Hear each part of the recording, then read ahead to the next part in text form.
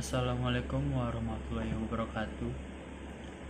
Saya moderator Firdaus dari kelompok 4 akan menjelaskan materi pertama kita, yaitu protokol dan standar komunikasi berlapis.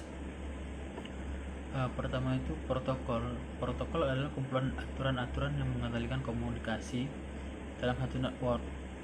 Nah, di protokol ini ada tiga jenis lagi, yaitu sintak, semantik, dan timing. Semantik itu struktur atau format data, semantik arti dari rentetan bit, timing itu kapan data itu dikirim, nah seberapa cepat data itu bisa disampaikan oleh pengirim. Lalu untuk standarnya itu ada de facto dan de jure.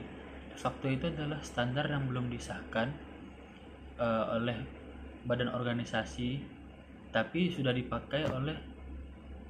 banyak dipakai oleh di dunia industri. Untuk de jure adalah standar yang sudah disahkan, penggunaannya tetap oleh suatu organisasi yang berwenang untuk dilaksanakan di industri. Berarti itu sudah ada izinnya untuk dipakai di perusahaan. Nah, selanjutnya untuk badan-badan internasional itu di sini ada 5 yang contohnya itu ada pertama adalah International Organization for Standardization atau ISO. ISO itu yang paling sering kita dengar ya, ISO. Yang kedua ada International Telecommunication Union Telecommunication, I2T. Yang ketiga American National Standard Institute, ANSI, Institute of Electrical and Electronic Engineering. Yang kelima adalah Electronic Industry Association. Nah, kalau untuk di Indonesia itu badan pemerintah adalah BRTI, Badan Regulasi Telekomunikasi Indonesia. Lalu apa keuntungan dan keuntungan memakai komunikasi berlapis ini? Pertama, keuntungan itu adalah memudahkan dalam perancangan protokol. Dalam perancangan protokol itu kita bisa menentukan arsitekturnya sehingga lebih gampang memakai komunikasi berlapis ini atau layering. Kedua itu bisa menyatukan perbedaan standar atau rancangan. Dari berbagai rancangan bisa kita satukan sehingga terjadilah sistem bagus. Ketiga adalah perubahan pada satu layer itu tidak mempengaruhi layer yang lain. Jadi ketika layer yang ini dikerjakan, layer yang ini tidak akan terpengaruh, akan masing-masing mengerjakan tugas dia sendiri-sendiri. Tidak. Yang keempat adalah memberikan common language.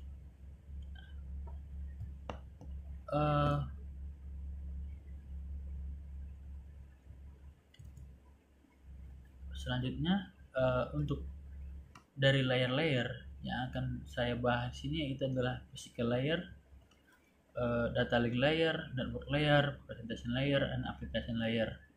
Nah, di physical layer ini itu dia bertugas tuh terhadap pergerakan setiap bit. Nah, seperti karakter fisik dari interface dan medium, representasi bit, kecepatan data, sinkronisasi, konfigurasi saluran, topologi fisik, dan mode transmisinya.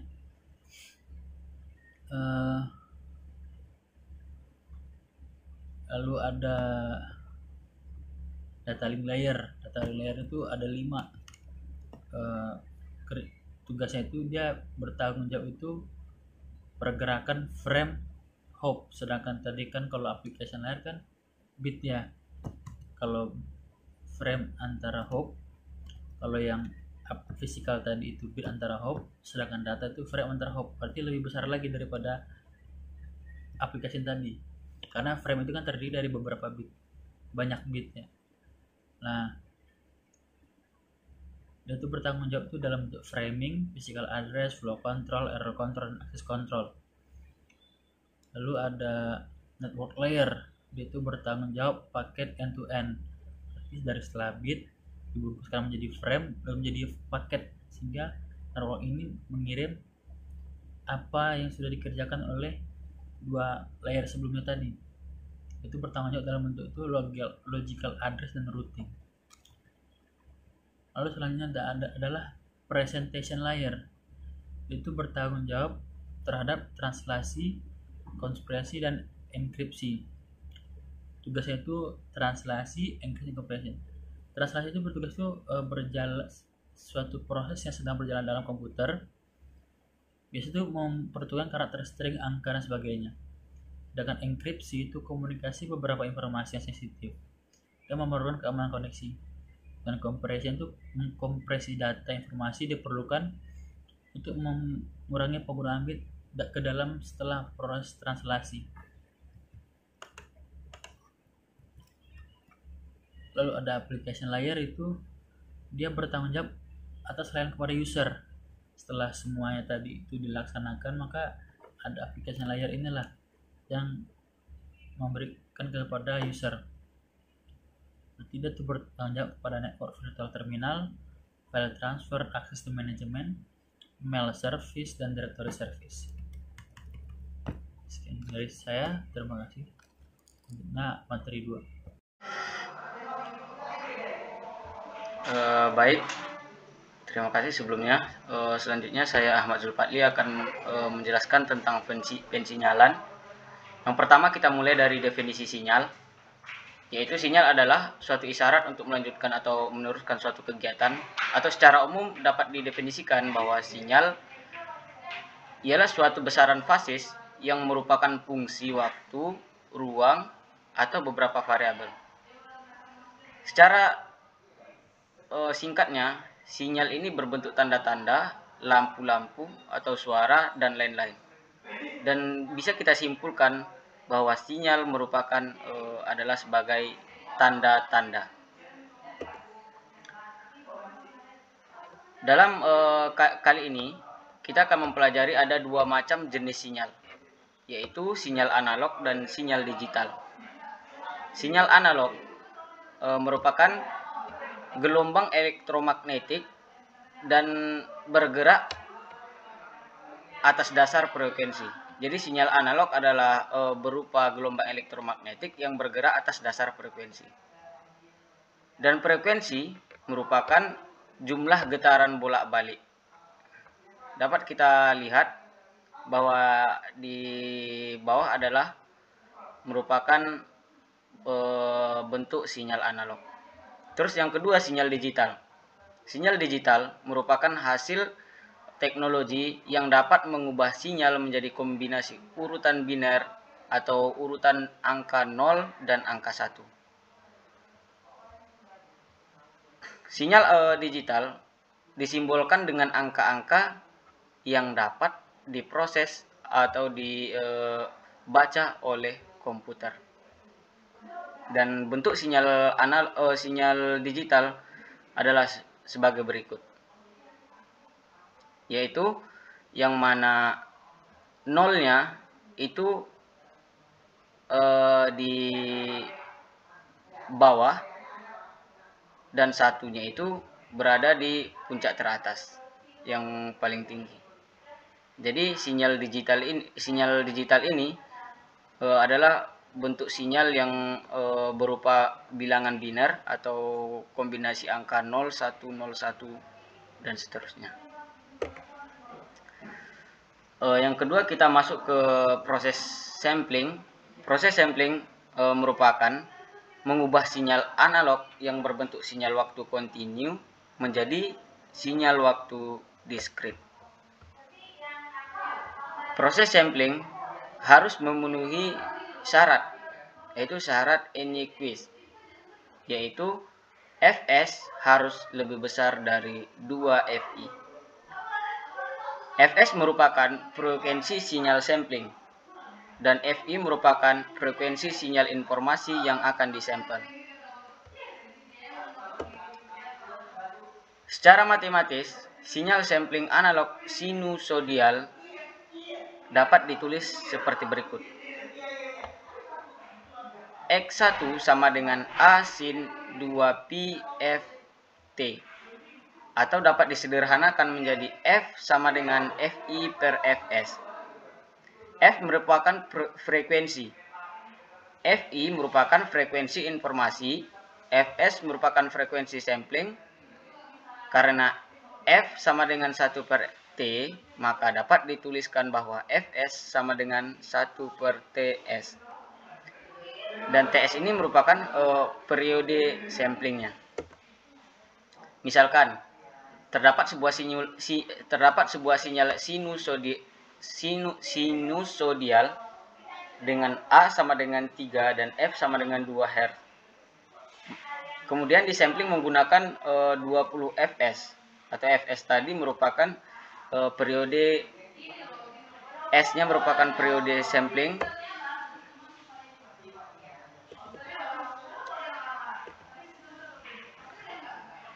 Maka gambar sinyal samplingnya adalah seperti berikut, seperti di bawah ini.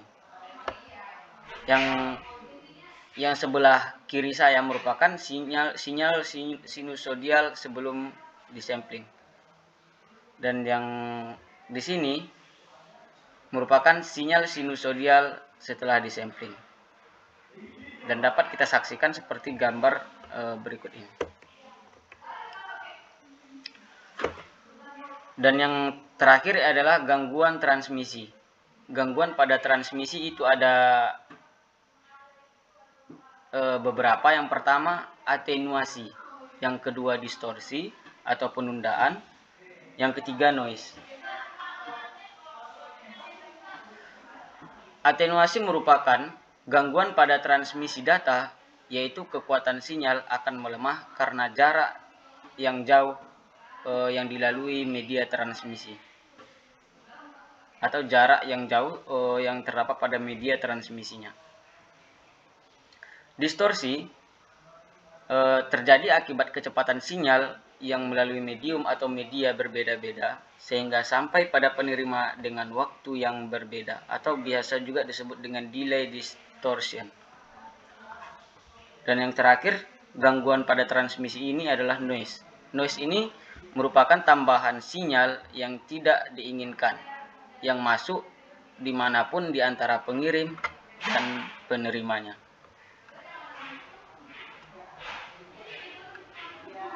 Nah, demikianlah tentang pensinyalan. Selanjutnya akan dilanjutkan oleh teman saya. Assalamualaikum warahmatullahi wabarakatuh. Perkenalkan, nama saya Fajar Julian. Saya di sini akan menjelaskan tentang error control. Error control adalah teknik yang memungkinkan pengiriman data digital yang andal melalui saluran komunikasi yang tidak dapat diandalkan. Selanjutnya, di sini kita dapat mengetahui bahwa jenis-jenis pada error control itu terbagi atas dua bagian, yaitu single bit error dan burst error. Selanjutnya, di sini kita dapat mengetahui bahwa metode error yaitu satu, dapat mendeteksi atau koreksi error yang harus menambahkan sejumlah bit pada data, dan struktur deteksi atau koreksi error yang membutuhkan operasi aritmatika modul N.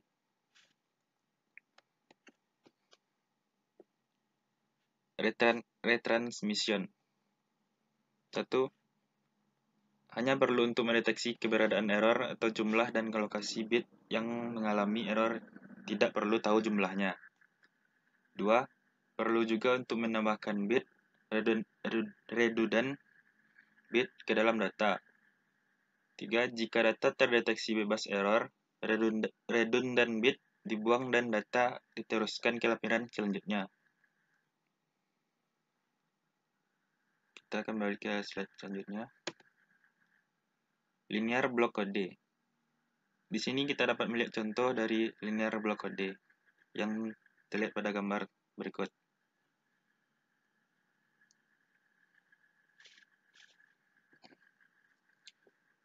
Simple parity check. 1. Merupakan teknik single bit error detection. 2. Konsepnya yaitu menambahkan 1 bit 0/1 setelah message.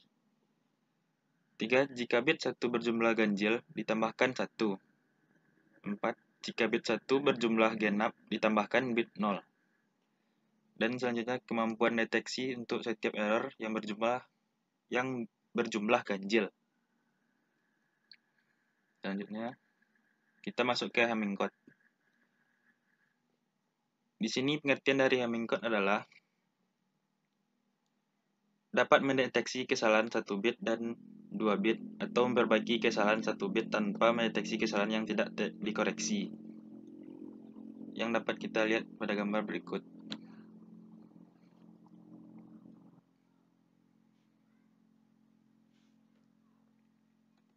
Selanjutnya, masuk ke Cyclic Redundancy Check, yaitu CRC. CRC adalah algoritma untuk memastikan integritas data dan mengecek kesalahan pada suatu data yang akan ditransmisikan atau disimpan. Yang bisa kita lihat bersama-sama pada gambar berikut.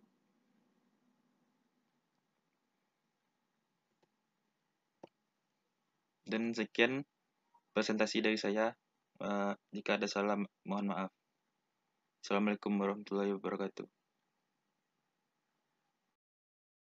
Warahmatullahi wabarakatuh. Perkenalkan, nama saya Iskariman Hamera Amal. Sini saya dari kelompok 3 ingin mempresentasikan terkait tugas UAS saya, dan di sini saya ingin menyampaikan materi yaitu flow control. Apa itu flow control? Secara bahasa, flow itu artinya aliran, sedangkan kontrol itu mengatur. Dimana di sini maksudnya mengatur suatu aliran atau membatasi aliran. Nah, di sini ada terbagi 5 poin. Yang pertama itu ada timeline komponen, habis itu ada timeline event, ketiga ada stop and wait hierarchy, keempat ada go back hierarchy, dan yang kelima ada selective repeat hierarchy. Nah, di sini tak usah berlama-lama, langsung saja kita ke pembahasan yang pertama yaitu timeline komponen. Di sini sudah ada tergambar yaitu sebuah proses frame dari transmitter atau pengirim ke sebuah receiver atau penerima. Nah, yaitu yang pertama di sini prosesnya yaitu writing coding program. Yang pertama itu penulisan sebuah coding program atau perintah yang akan pesan atau yang akan dikirimkan. Nah, habis itu setelah selesai dalam ini kita mengirimkan. Setelah mengirimkan, di sini terjadi ada beberapa proses yang terjadi di dalam sini, yaitu yang pertama reading decoding time, yaitu pembacaan program tadi dibentuk menjadi sebuah pesan yang sudah dibuat di dalam coding tadi. Dan di sini juga terjadi yaitu transmission propagation delay, di mana di sini adalah waktu yang dibutuhkan dalam pengiriman sebuah frame, satu frame ini. Nah, di sini juga terjadi sebuah proses framenya. Setelah diproses, di sini frame setelah sampai di receivernya, penerimanya, di sini dikembalikan lagi frame ini kembali ke sender. Yaitu di sini yaitu sebuah proses respon dari framenya.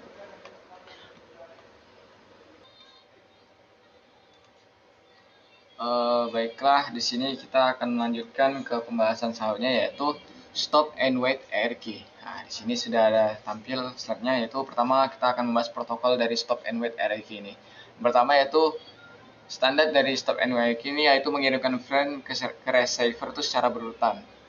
Lalu yang kedua ada setiap penerimaan frame bebas dari error, maka receiver akan membalas dengan mengirimkan ACK. Habis itu yang ketiga, pengiriman frame berikutnya akan dilakukan jika sender sudah menerima ACK.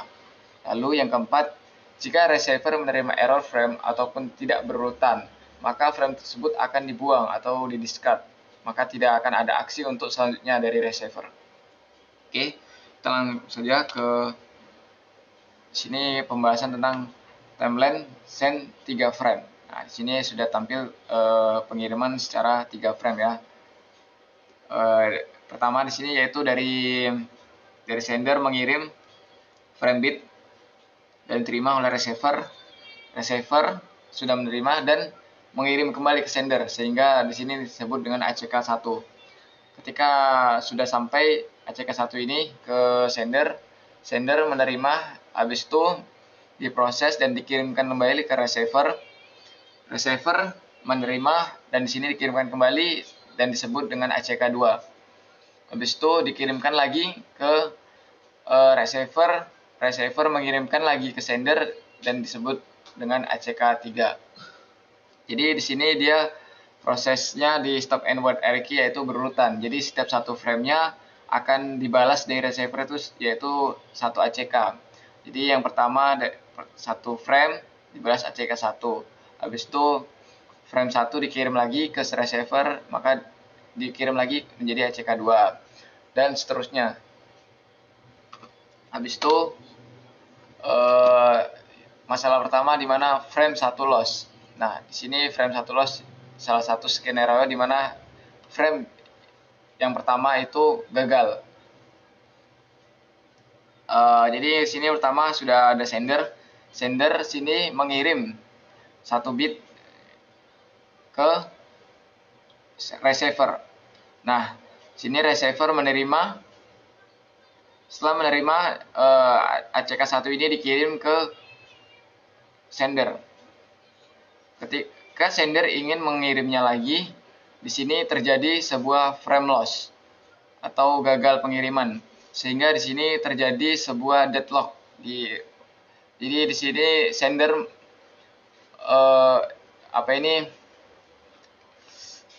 menunggu. Di sini sama-sama saling menunggu antara sender dan receiver sehingga tidak ada aksi yang bisa dijalankan karena terjadinya frame loss tadi. Habis itu di sini frame numbering, penomoran frame. Jadi untuk penomoran frame pada setiap frame-nya itu di sini menggunakan 1 bit saja, yaitu 0 dan 1. Di sini ketika sender mengirim 0 kepada receiver, maka di sini receiver menerima 1 bit tadi yaitu 0. Ketika receiver tadi sudah menerima dan mengembalikannya lagi ke sender atau ACK1, maka di sini bertambah yaitu 1. Maka bit yang terkirim di sini yaitu 1. Begitu juga yang dikirim lagi ke receiver yaitu frame bit 1. Habis itu dikirim lagi menjadi 2 dan dikirim lagi dan seterusnya. Seperti itu untuk penomorannya. Nah, di sini sudah tampil slide yaitu permasalahan kedua, yaitu di mana frame 1 terdeteksi error atau NACK dan menghasilkan NACK. Nah, di sini ketika sender mengirim ke receiver diterima, habis itu receiver mengirim ACK1 ke frame 1. Habis itu frame 1 di sini dia terjadi error, bitnya error, sehingga di sini terbaca oleh receiver itu yaitu NACK. Dia dibuang. Nah, habis itu dari receiver ini mengirimkan NACK ke sender. Habis itu dari sender ini mengirim ulang frame bitnya. Nah, di sini dikirimkan ulang, nah, baru dia berhasil dan baru dikirimkan lagi ACK2. Nah, begitu tadi yang terjadi, yaitu di mana frame 1 yang terdeteksi menjadi NACK tadi. Selective repeat. Dalam protokol selective repeat ini, ukuran pengiriman selalu sama dengan ukuran jendela dari penerimanya. Protokol selective repeat juga menggunakan pengakuan independen. Jika protokol SR menerima frame yang rusak, maka itu tidak akan di-discard. Habis itu yang keempat, protokol butuh penyortiran di penerima. Dan yang kelima, protokol SR ini mengarah ke transmisi ulang sebuah frame yang hilang setelah berakhirnya waktu. Nah, jadi untuk selective repeat 4 akumulatif ACK frame 1 error di sini sudah ditampil. Jadi di sini dia dari sender ini langsung dikirim sebanyak 4 bit. Yaitu yang pertama sini 0, 1, 2, dan 3. Nah, dan dimana di sini sesuai tadi skenario-nya yaitu pertama frame 1 yang error. Dan di sini frame 1 error. Nah, di sini 0 berhasil dikirim. Dan 1 tidak berhasil karena ada terjadi error. Dia terdeteksi NACK dan meminta kembali untuk dikirim ulang. Nah, karena di sini bit yang pertama error, kedua dan ketiga juga ikut error gitu. Jadi dia dibalikan, habis itu dikirimkan lagi ulang frame 1, 2, 3 tadi. Nah, setelah dikirim ulang, sini frame yang ke-5 juga dikirim. Yang dikirim, habis itu menghasilkan ACK4. ACK4, habis itu 5, 6, dan 7 dikirim. Nah, habis itu 5, 6, 7 dikirim, ACK8 dikembalikan ke sender. Mungkin sekian yang bisa saya jabarkan terkait flow control. Kurang lebihnya saya mohon maaf. Saya akhiri wabillahi taufiq. Wassalamualaikum warahmatullahi wabarakatuh.